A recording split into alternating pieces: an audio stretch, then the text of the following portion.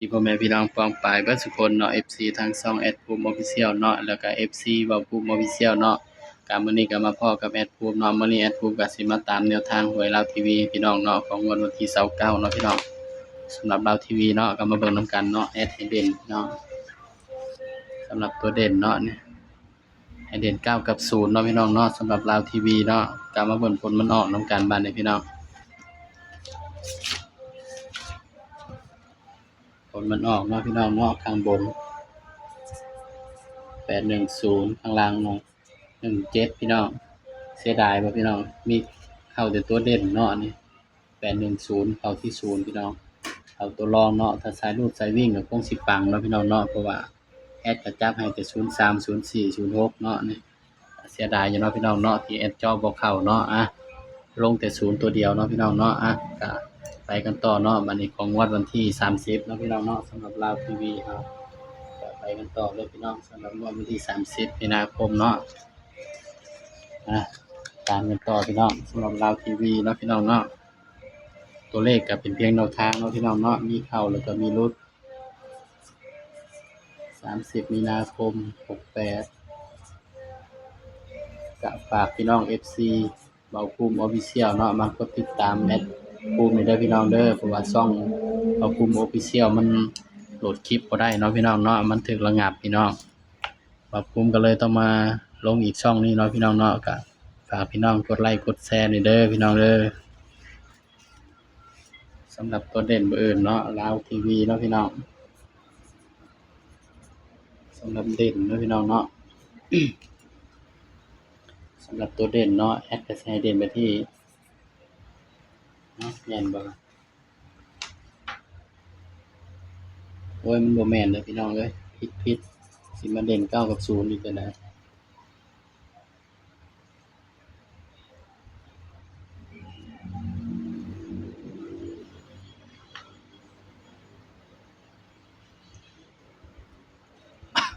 สิมาเด่นตัวเก่าได้จั่งใดเนาะพี่น้อง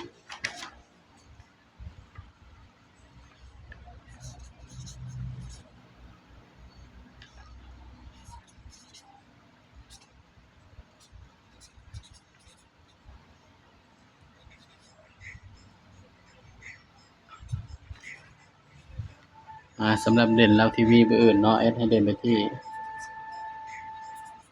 3กับ4เด้อพี่น้อง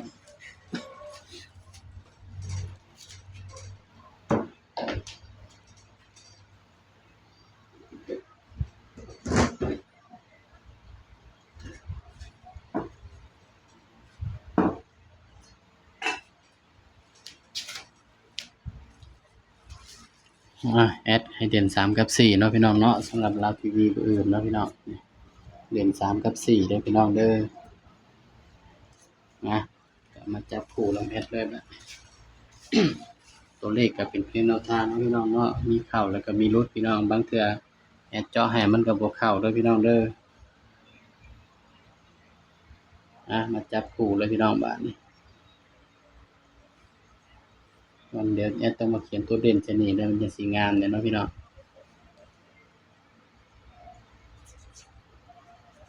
35 36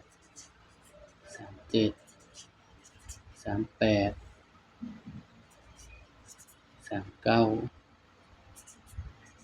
45 6 47 48 49นี่พี่น้องสำหรับตัวเด่นเนาะ แอดก็สิมักอยู่เลยเนาะแอดมักก็มี37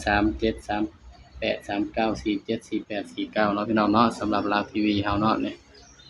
นี่ก็เป็นเพียงแนวทางเนาะพี่น้องเนาะแอดต้องเขียนแบบใหม่นะพี่น้องบ่ต้องมาเขียนเป็นอยู่นี่เนาะมันจั่งสิงามๆเนาะพี่น้องเนาะก็บ่เป็นหยังเนาะพี่น้อง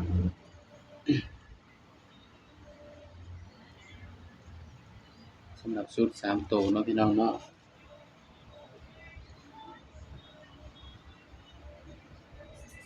9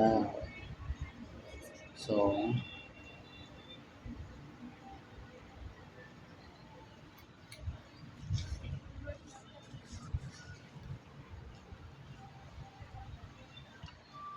9 2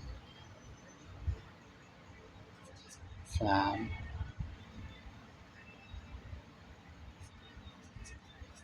อันนี้มันบ่ได้เกี่ยวกับตัวนี้เด้อพี่น้องเด้ออันนี้ชุดคือชุด3ตัวเนาะพี่น้องเนาะนะนี่ก็เป็นเพียงแนวทางเนาะสำหรับลาวทีวีเนาะพี่น้องเนาะสำหรับมื้อนี้ก็เข้าแต่ตัวเด่นเนาะพี่น้องสำหรับคลิปนี้เนาะแอดก็ฝากพี่น้องกดไลค์กดแชร์กดติดตามแอดภูมิ Official อีกเด้อพี่น้องเด้อสบายดีครับ